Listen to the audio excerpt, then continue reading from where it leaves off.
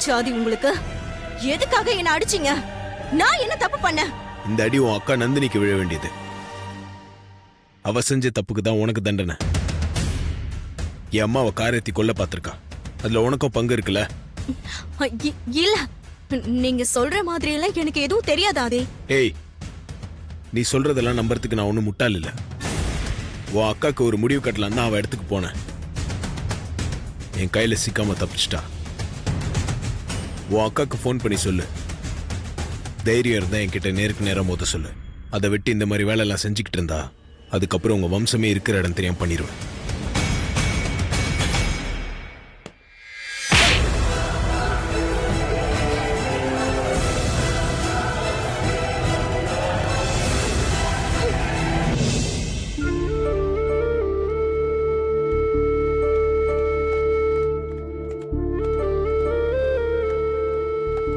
ஏன்டா ஃபோன் பண்ணிட்டே இருக்க? இல்ல ஆதி, நீ டென்ஷனா வேற போனியா? அதான் என்னாச்சு ஏதாச்சும் தெரியல, அதுக்கு தான் ஃபோன் பண்ணேன். ஆமா, நந்தினிய பாத்தியா? என்ன சொன்னா அவ? அவ அடியாட்களை என் மேல ஏவி விட்டுட்டு நந்தினி அங்க தப்பிச்சிட்டா. வீட்டுக்கு போய் அந்த மித்ரா வரைஞ்சிட்டு தான் வரேன். சரி, டாக்டர் வந்தாரா? பார்வதி டெஸ்ட் பண்ணாரா? என்ன சொன்னாங்க? டாக்டர் உள்ள டெஸ்ட் அத வந்துட்டாரு. அத பாத்துக்குங்க. Okay doctor. டாக்டர், பார்வதிக்கு இப்ப எப்படி இருக்கு? நடக்கிறதுல எந்த பிரச்சனையும் இல்லைல்ல? பார்வதி நல்லபடியா நடக்கணும்னா அவங்க கால்ல ஒரு ஆபரேஷன் பண்ணி ஆகணும். ஆபரேஷனா? பார்வதியோட கால் மேல காரோட வீல் ஏறி இறங்கி இருக்கு. அதுல அவங்க கால் எலும்பு கம்ப்ளீட்டா டேமேஜ் ஆயிருக்கு. ஆபரேஷன் இல்லாம இத குணப்படுத்த முடியாதா? பண்ணலாம், பட் குணமாக லேட் ஆகும். அப்படியே லேட் ஆனாலும் ஆக்சிடென்ட்க்கு முன்னாடி இருந்த மாதிரி அவங்களால இயல்பா நிக்கவும் முடியாது, நடக்கவும் முடியாது. இல்ல டாக்டர், என் பார்வதி பழையபடி நிக்கணும், நடக்கணும். இதெல்லாம் சீக்கிரமாக்கணும். அதுக்கு என்ன பணம் செலவானாலும் பரவாயில்ல. உங்களுக்கு என்ன மெடிசன் வர வச்சு கொடுக்கணும், எங்க இருந்தாலும் வர வச்சு தரேன். பார்வதிக்கு ஆபரேஷன் பண்ணி கால்ல பிளேட் வச்சிடலாம். நீங்க எதிர்பார்க்கிற மாதிரி பார்வதி சீக்கிரம் குணமாகி நடக்க ஆரம்பிச்சிருவாங்க. ஓகே டாக்டர், அப்ப நீங்க ஆபரேஷனுக்கு வேண்டிய ஏற்பாடுலாம் பண்ணுங்க. ஷூர். இரு வரேன்.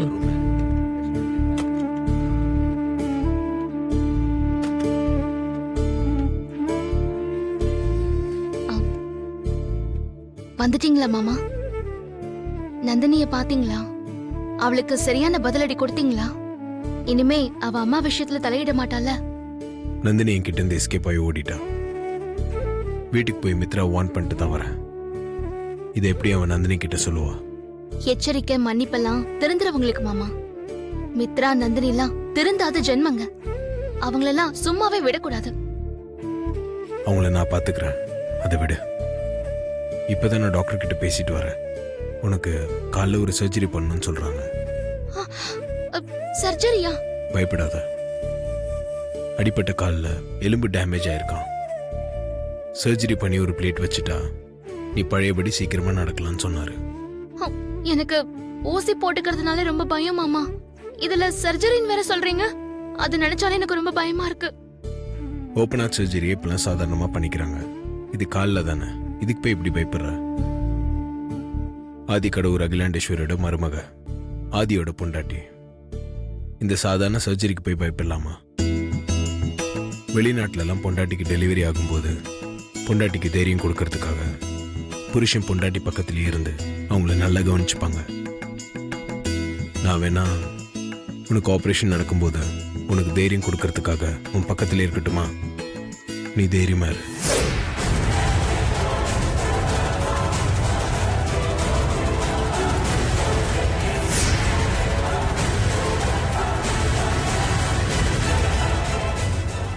நான் பக்கத்தில் இருந்தா உனக்கு பயம் இல்லைல்ல? தைரியமா ஆபரேஷன் பண்ணிப்பல.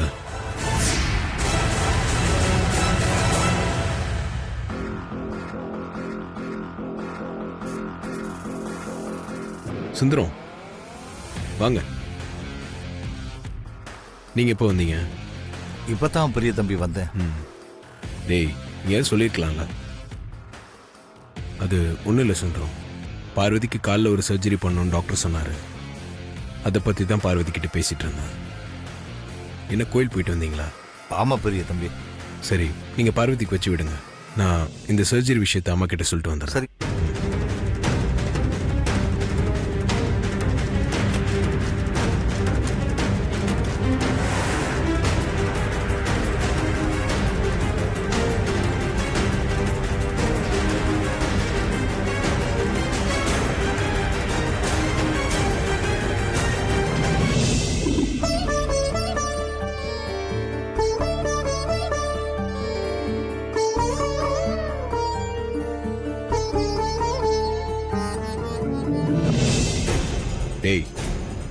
நீயும் உள்ள வந்து சுந்தரம் மாதிரி சைலண்டா நின்னுட்டு இருக்க. சுந்தரம் வந்திருக்காருன்னு சிக்னல் பண்ணிருக்கலாம்ல. ஐயோ சிக்னல் கொடுக்கலான்னு தான் நினைச்சா ஆதி. அதுக்குள்ள பார்வதி கண்ணால உனக்கு சிக்னல் காமிச்சிருச்சு. நம்பிட்டான்னு நினைக்கிறேன்.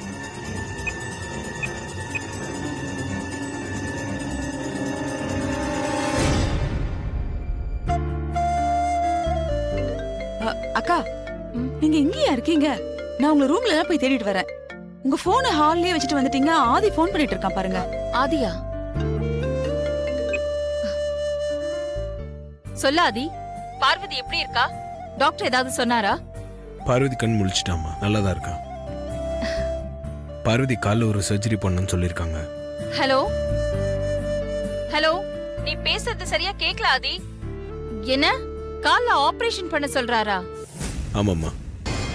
ஆஹா, ஆபரேஷன் வரைக்கும் போயாச்சா? நடக்கட்டும் நடக்கட்டும். இனிமே ஒத்த காலை வச்சுக்கிட்டு புதினா டீ வேணுமான்னு மாடி படிக்க எப்படி போறான்னு நான் பாக்குறேன். அது கால்ல எலும்பு கிராக் ஆயிருக்கான். ஆப்ரேட் பண்ணி பிளேட் வைக்கணும்னு சொல்லியிருக்காரு. ஆபரேட் பண்ணி கால்ல பிளேட் வச்சுட்டா அவ பழையபடி நடப்பால? ஒன்னும் ப்ராப்ளம் இருக்காதுல்ல ஆதி? ச்சே, ஆபரேஷன் பண்ணி அவ காலை எடுப்பாங்கன்னு பார்த்தா பிளேட் வைக்கிறாங்களாமே. ப்ராப்ளம்லாம் எதுவும் இருக்காதுன்னு சொன்னாரு. நல்லா நடக்கலாம்னு சொல்லியிருக்காரு. சரி ஆதி, அப்போ உடனடியா ஆபரேஷன் அரேஞ்ச் பண்ண சொல்லு. நான் ஏற்கனவே சொல்லிட்டேம்மா, ஆப்ரேட் பண்ணிடுவாங்க. குட் ஆதி, நீ கூட இருந்து எல்லாத்தையும் பாத்துக்கோ. மத்ததெல்லாம் நீ வீட்டுக்கு வந்ததுக்கு அப்புறம் நம்ம பேசிக்கலாம். சரிம்மா.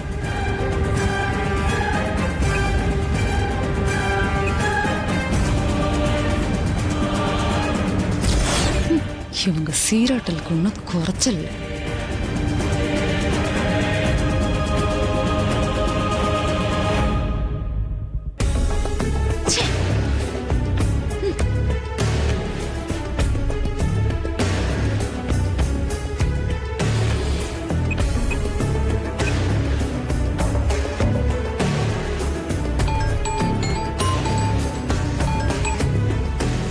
சொல்லுங்க ஆண்டி. என்னத்த சொல்றது நந்தினி, இங்க நடக்கிறதெல்லாம் பார்க்கும்போது எனக்கு அப்படியே கோவம் வெறியா வருது. நான் மட்டும் முடிவெடுக்கிற இடத்துல இருந்தேன்னு வச்சுக்கோயேன், இவங்க எல்லாரையும் உண்டு இல்லைன்னு பண்ணிடுவேன் நந்தினி. என்ன ஆண்டி சொல்றீங்க? அப்படி அங்க என்ன நடந்தது? என்னதான் நடக்கல இந்த வீட்ல, அந்த சமையல்காரி இருக்காளே, அவ இருக்கிற வரைக்கும் என் தலைவலிதான். ஏதோ அவ கால் உடைஞ்சிருச்சு, படுத்து படுக்க ஆயிடுவா அப்படின்னு சந்தோஷமா நிம்மதியா இருந்தோம். இப்ப அந்த சந்தோஷத்துல மண்ணள்ளி போட்ட மாதிரி இங்க நடக்கிறதெல்லாம் பார்க்கும்போது எனக்கு அப்படியே கோவமா வருது. அந்த சமையல்காரிக்கு கால்ல ஏதோ நல்லா தான் அடிபட்டு இருக்கு போல இருக்கு. பெரிய டேமேஜ்னு நினைக்கிறேன். அந்த டாக்டர் வந்து பார்த்துட்டு பிளேட் வைக்கணும், ஆபரேஷன் பண்ணணும்னு சொல்லிருக்கானா. உடனே இந்த அகிலாண்டேஸ்வரி இருக்காளே, பெரிய டாக்டரா வர சொல்லுங்க, இருக்கிறதுலயே ஸ்பெஷலிஸ்ட கூப்பிடுங்க, எவ்வளவு பணம் செலவானாலும் பரவாயில்ல, பெரிய ஹாஸ்பிட்டல்ல வச்சு பாருங்கன்னு இன்னமும் பெரிய விஐபிக்கு கொடுக்கற ஃபீல் எல்லாம் கொடுத்துக்கிட்டு இருக்கான். பார்வதிக்கு எந்த ஹாஸ்பிட்டல்ல நாளைக்கு ஆபரேஷன் பண்ண போறாங்க? எதுக்கு நந்தினி, நீயும் ஒரு பொக்கே கொண்டு போய் அவ கையில கொடுத்துட்டு விஷ் பண்ணிட்டு வர போறியா? இல்ல ஆண்டி, அந்த சமையல்காரிய ஒரேடியா மேல அனுப்பி வைக்கிறதுக்கு ஏற்பாடு பண்ண போறேன். என்ன சொல்ற நந்தினி? நீங்களும் ஒவ்வொரு தடவையும் அந்த சமையல்காரியோட கதையை முடிக்கிறேன்னு சொல்றீங்க. ஆனா கடைசியில சொன்னதை செஞ்சு முடிக்காம தோத்து போய் மூச்சு வாங்கிட்டு வந்து நிக்கிறீங்க. அதான் இந்த தடவை சமையல்காரியோட மூச்ச நான் நிறுத்துறேன். ஆபரேஷன் எந்த ஹாஸ்பிட்டல்ல நடக்க போகுதுன்னு சொல்லுங்க. அது இங்கதான் ஈசிஆர்ல இருக்கிற TM hospital Nandhini. Blade operation முடிஞ்ச பார்வதி நல்லபடியா எழுந்து நடந்துருவான்னு எல்லாரும் நம்பிக்கிட்டு இருப்பாங்க. ஆனா அவ எந்திரிக்க போறதில்ல ஆண்டி. அவங்க அம்மா கிட்டே போய் சேர்ந்துட போறா. நந்தினி, ஏதோ பிளான் பண்ணிட்ட போல இருக்கு. நல்லபடியா முடிச்சிட்டு சொல்லு, நானும் சேர்ந்து சந்தோஷப்படுறேன். Okay aunty.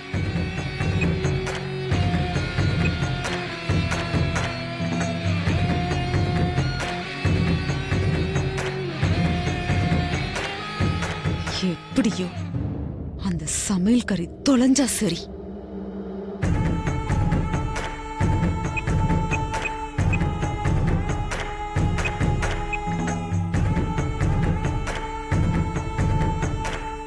வணக்கம் மேடம். வணக்கம். ரொம்ப நாளுக்கு அப்புறமா உங்ககிட்ட இருந்து கால் வருது. சொல்லுங்க மேடம், முடிச்சிடலாம். எனக்கு டிஎம் ஹாஸ்பிட்டல்ல அனஸ்தீசியா ஸ்பெஷலிஸ்ட் யாரு, அவர் கேரக்டர் எப்படி, அவர் பத்தின டீடைல்ஸ் ஒண்ணு கூட விடாம இன்னும் 5 நிமிஷத்துல எனக்கு வேணும். அவ்வளவுதானே மேடம்? 5 நிமிஷத்துக்கு முன்னாடியே நீங்க கேட்ட டீடைல் உங்களுக்கு கிடைக்கும். ஈசிஆர்ல இருக்க அந்த டிஎம் ஹாஸ்பிடல் தானே மேடம்? அதே ஹாஸ்பிட்டல் தான். ஓகே மேடம், நான் உங்களுக்கு கால் பண்றேன். ம்.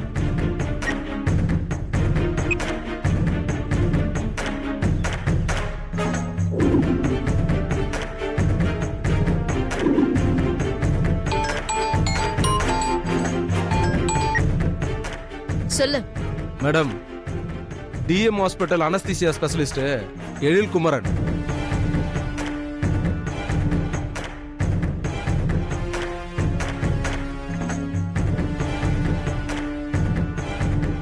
நமக்கு ஒத்து வர மாதிரி அவன் தப்பான ஆளா இருக்கணும்னு ஆசைப்பட்டேன். ஆனா அவன் இவ்வளவு தப்பான ஆளா இருப்பான்னு நான் எதிர்பார்க்கல. ஓகே, நான் அப்புறமா கால் பண்றேன். ஓகே மேடம், அந்த எழில் குமரன் போட்டோவை உங்க வாட்ஸ்அப் நம்பருக்கு நான் சென்ட் பண்றேன் மேடம். சென்ட் பண்ணு.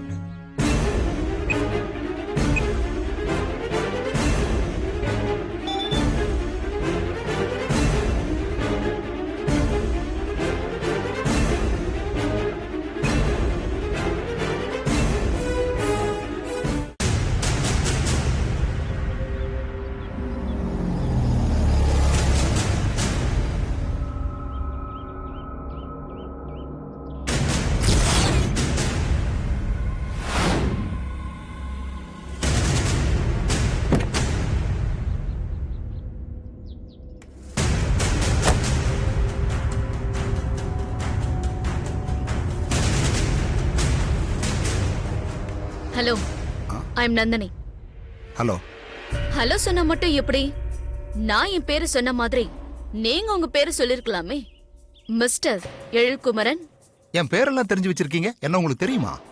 உங்க பேர் மட்டும் இல்ல, உங்க பயோடேட்டாவே எனக்கு தெரியும். நீங்க ஒரு டாக்டர், அனஸ்தீசியா ஸ்பெஷலிஸ்ட். ஈசிஆர்ல இருக்கிற டிஎம் ஹாஸ்பிட்டல்ல சர்வீஸ் பண்ணிக்கிட்டு இருக்கீங்க. நீங்க படிச்சது பாண்டிச்சேரியில, கோவையில மெடிக்கல் காலேஜ். உங்க சொந்த ஊர் சேலம். பரவாயில்லையே, என் சொந்த ஊரு, படிச்ச காலேஜ் எல்லாம் தெரிஞ்சு வச்சிருக்கீங்க. உங்களால எனக்கு ஒரு காரியம் ஆக வேண்டியது இருக்கு மிஸ்டர் எழில்குமரன். அதுக்காக தான் இது எல்லாம். என்னால உங்களுக்கு என்ன காரியம் ஆகணும்? அது சாதாரண விஷயம்தான். கால்ல அடிபட்டு உங்க ஹாஸ்பிட்டல் அட்மிட் ஆயிருக்கிற பார்வதிங்கிற பேஷண்ட்டுக்கு கால்ல பிளேட் வைக்க ஆபரேஷன் பண்ண போறாங்க. அந்த ஆபரேஷன்ல பேஷண்ட்டுக்கு அனஸ்தீசியா கொடுக்க போறது நீங்க தானே? நீங்க என்ன பண்றீங்கன்னா, பேஷண்ட்டுக்கு கரெக்ட் டோஸ் கொடுக்காம அளவுக்கு அதிகமா டோஸ் கொடுக்கறீங்க. நீங்க கொடுக்கற டோஸால பேஷண்ட் கோமா போனாலும் ஓகே தான், இல்ல ஒரேடியா மேல போனாலும் ஓகே தான். ஹலோ, என்னை பத்தி என்ன நினைச்சிட்டு இருக்கீங்க உங்க மனசுல? என் ப்ரொஃபஷனையே கேவலப்படுத்துற மாதிரி பேசிட்டு இருக்கீங்க. நீங்க நினைக்கிற மாதிரி தொழிலுக்கு துரோகம் பண்ற ஆள் நான் கிடையாது. நீங்க தப்பான இடத்துக்கு வந்திருக்கீங்க. இல்ல மிஸ்டர் எழில்குமரன், நான் ரொம்ப சரியான இடத்துக்கு தான் வந்திருக்கேன். நீங்க கொஞ்சம் டென்ஷன் ஆகாம இருங்க. நான் சொல்றத செய்யறது உங்களுக்கு ஒண்ணு புதுசு இல்லையே, ஏற்கனவே உங்களுக்கு பழக்கமானது தானே மிஸ்டர் எழில்குமரன். ஹலோ, என்ன சொல்றீங்க? நான் சொல்லல, போலீஸ் ரெக்கார்டே சொல்லுது. நீங்க அளவுக்கு அதிகமான அனஸ்தீசியா கொடுத்ததால பாதிக்கப்பட்ட பேஷண்ட் சார்பா உங்க மேல இது வரைக்கும் 7 கேஸ் போட்டிருக்காங்க. அந்த 7 கேஸ்ல 4 கேஸ்ல வெளியில வந்தாச்சு. இன்னும் 3 கேஸ் பெண்டிங்ல இருக்கு. பெண்டிங் இருக்கிற 3 கேஸ்ல முக்கியமான கேஸ் தொழிலதிபர் ஈஸ்வர மூர்த்தியோடது. அவரோட பிசினஸ் எதிரிங்க கிட்ட நீங்க பணம் வாங்கிட்டு அளவுக்கு அதிகமா அனஸ்தீசியா கொடுத்து அவரை கொலை பண்ணிட்டீங்கிறது அந்த கேஸ். பணம் கொடுத்தா நீங்க எந்த எஸ்ட்ரீமுக்கு வரைக்கும் போவீங்கன்னு தெரிஞ்சுதான் உங்களை தேடி வந்திருக்கேன். நான் எதிர்பார்க்கறத நீங்க செஞ்சு முடிச்சிட்டீங்கன்னா நீங்க எதிர்பார்க்கறத விட என்னால அதிகமா கொடுக்க முடியும். என்ன சொல்றீங்க? உங்க டிமாண்ட் என்னன்னு சொல்லுங்க.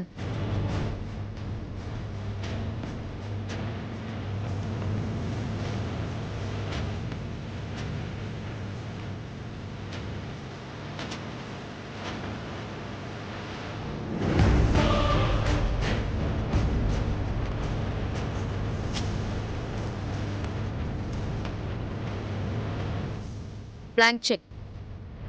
உங்களுக்கு வேணுங்கிறத நீங்க ஃபில் பண்ணிக்கோங்க. பதிலுக்கு நான் கேட்டதை நீங்க எனக்கு செஞ்சு கொடுங்க. ம். Okay madam.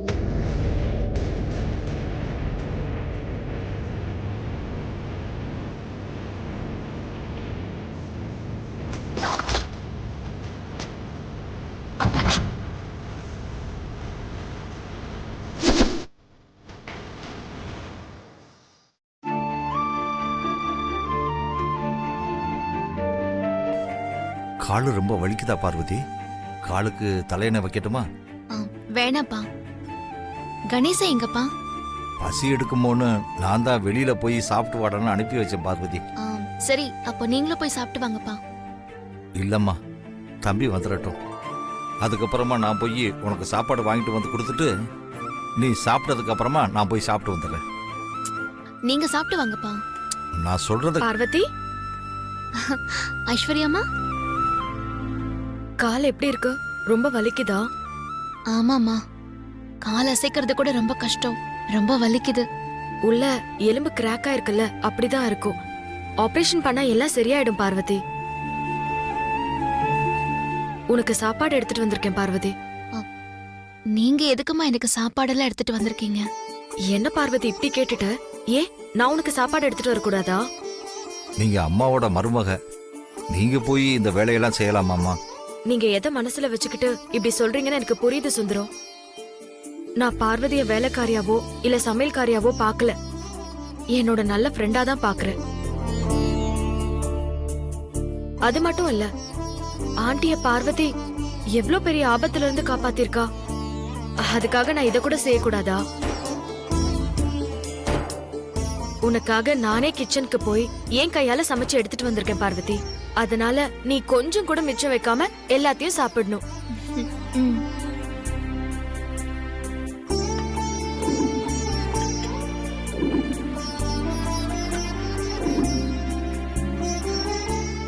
உங்களுக்கு எதுக்குமா இந்த சிரமம்லாம்? பார்வதிக்காக நான் இத கூட செய்ய மாட்டேனா? பார்வதி, நீ கம்ஃபர்டபிளா உட்காந்துக்கோ. நான் உனக்கு ஊட்டி விடுறேன். ஐயோ பரவாயில்லம்மா, நீங்க பிளேட்டை கொடுங்க, நான் மடியில வச்சு சாப்பிட்டுக்கிறேன். உனக்கு எதுக்கு சிரமம் பார்வதி?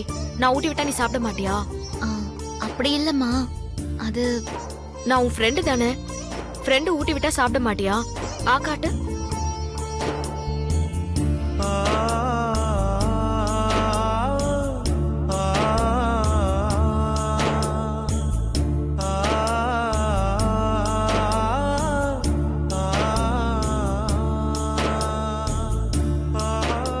எப்படி இருக்கு?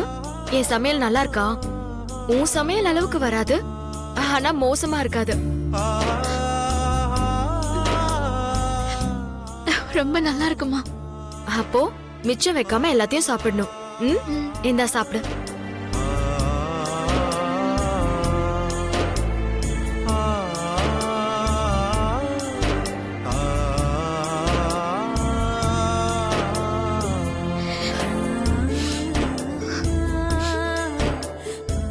என்னாச்சு பார்வதி?